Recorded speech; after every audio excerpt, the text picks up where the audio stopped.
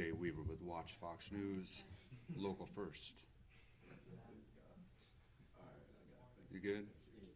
I like that voice. Use that voice right here. I use it every day. All right.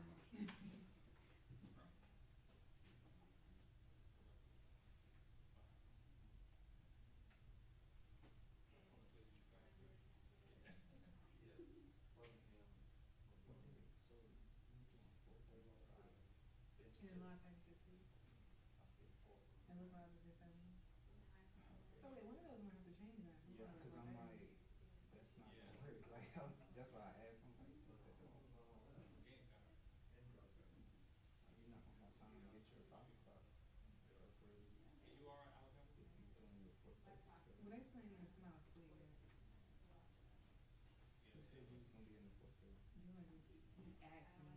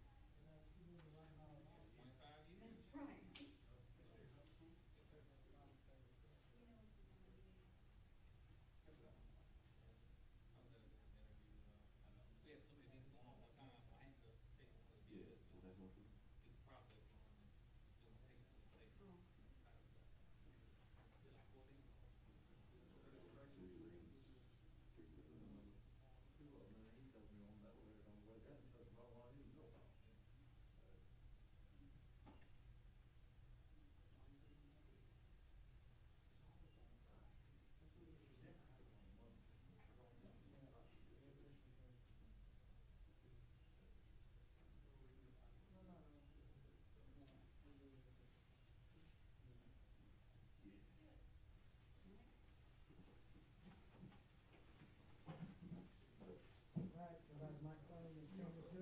Sure.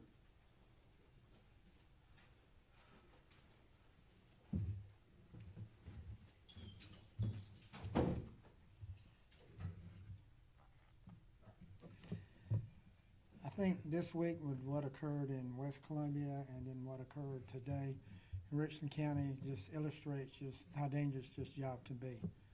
Fortunately, in neither one of these incidents that happened in West Columbia or here today in Columbia did we have deputies shot, and that's not because the person that was shooting at law enforcement didn't try to hit them. We're lucky, again, by the grace of God, I'm standing up here talking about somebody being arrested and not talking about some deputies that have been shot and injured, even killed.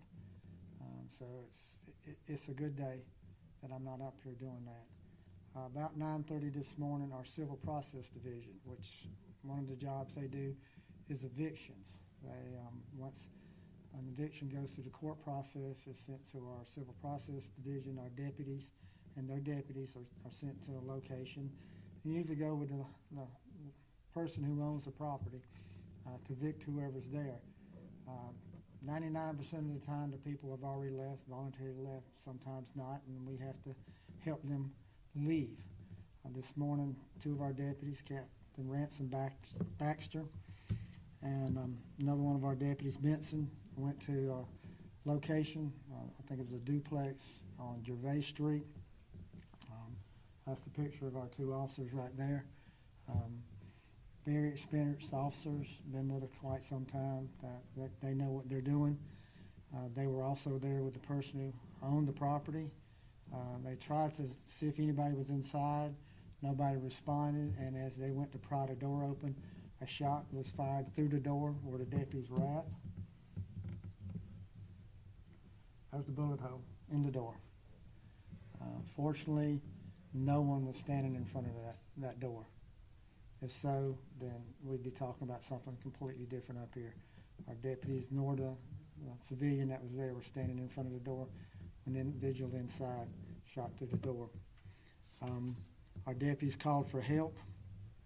A Columbia police officer that was responding saw the individual as he ran out of the house out of a side door and ran across a small field in that area. City officer was able to apprehend him without incident. He still had the gun on him. We arrested Jonathan Ballard. We have him under arrest at this point for 3 counts of attempted murder. That's 2 on the 2 deputies, that pictures you saw, and also for the civilian that was there. We're just, through the grace of God, lucky today. No different in West Columbia when the shots were being fired over there. We had 1 shot today, but it could have easily been one of us, one of the deputies, or the civilians standing there in that door when Ballard shot through that door and would have killed one of them or seriously injured. So he's under arrest. We'll continue to investigate it.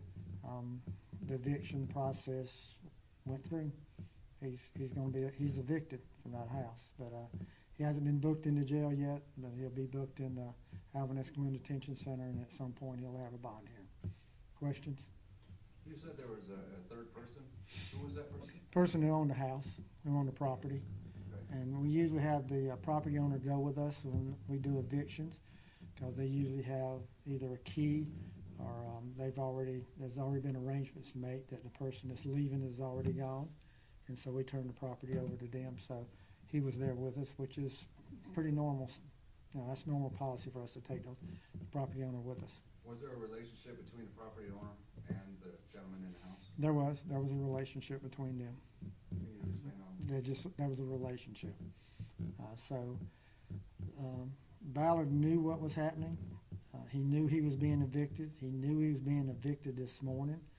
But when they went there and knocked on the door, he didn't respond, so they didn't know he was in. So as what the law allows us to do, they were in the process of forcing the door open, and that's when he shot through the door. Do we know the status of Jonathan Ballard as far as his mental state? No, not at this point. All I know is mental state was where he shot at some people, shot at our deputies, and what his intent was. And that his intent was probably to kill who was on the other side of that door. And he knew it was deputies there. He did not think someone was breaking into his house. They had announced themselves. He was quite aware who was there, so it wasn't somebody that he thought was breaking in the house and that he shot at. Yes, ma'am. And then there's been some talk that Ballard had some sort of mental health issues. Do you know anything about that, or can you confirm that for us? No, I can't confirm that. I will say this, he immediately asked for an attorney. So that showed that his mental capacity was enough that he requested an attorney when we went to question him. Do we have his age, sir? Born in '93. When you think about both of these incidents, talk about how something, like I know on Monday they said it was stemming from a domestic violence dispute. Today it was just an eviction. It goes from something that could be, minor, and then once you introduce a firearm, and especially shooting at an officer, it turns into more serious charges. I think that illustrates that there's nothing we do that's minor, because we never know. We don't know what's in someone's mind or their heart and what they're doing. And so there's no such thing as a routine call. Now that word's used a lot, but there's no such thing as a routine call. A simple traffic stop for somebody who may have a tail light out that you're going to tell that the light's out turn into somebody being shot. So you never know. So yeah, it just shows that how dangerous it is, and that every call has that potential for someone getting shot. Do we know what type of weapon it was? And I believe it was a handgun. This isn't someone who has prior offenses, though. I don't know his record, so I don't know if he does or not. I just know what he did today, and that's where he tried to kill us. I know that for a fact, that that's what he did today. And to me, that's one of the most important things. It doesn't matter if he had a record a mile long, if he's never been in trouble in his life before. He shot to kill some people today. And you know, he wasn't successful. So the good guys won today. How often does this occur, that is going through the civil process of evicting somebody and this happens?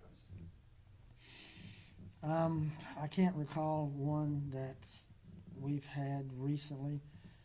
I do know that it hasn't been that many years ago in another county in the state where they went to do something similar to this, and 2 police officers were killed.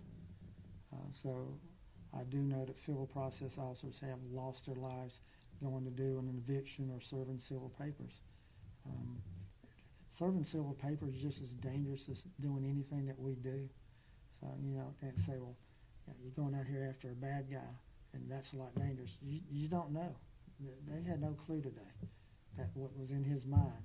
And so you never know. So that's why you've always got to do your training, use your training, and you know, the training worked today. There were certain things that the 2 deputies did that prevented them from being shot. Forgive me if you already said this. Did we not know that the individual was in the house at the time? No, they did not know, and they were trying to announce and see if someone was in. Nobody ever answered. The answer we got was a bullet through the door. That was the answer we got. Sheriff, can you talk from the presence when the deputies called for backup? How many officers responded? I don't know. When that call goes out, everybody responds. So we have response from the Columbia Police Department. We have response from our deputies. I think it's a lieutenant in that area for the Columbia Police Department was right there and saw him as he ran out of the house, and was able to chase him down and apprehend him. You know, that's when that call goes out, the officer's being shot at and needs help, everybody responds. All right, thank y'all.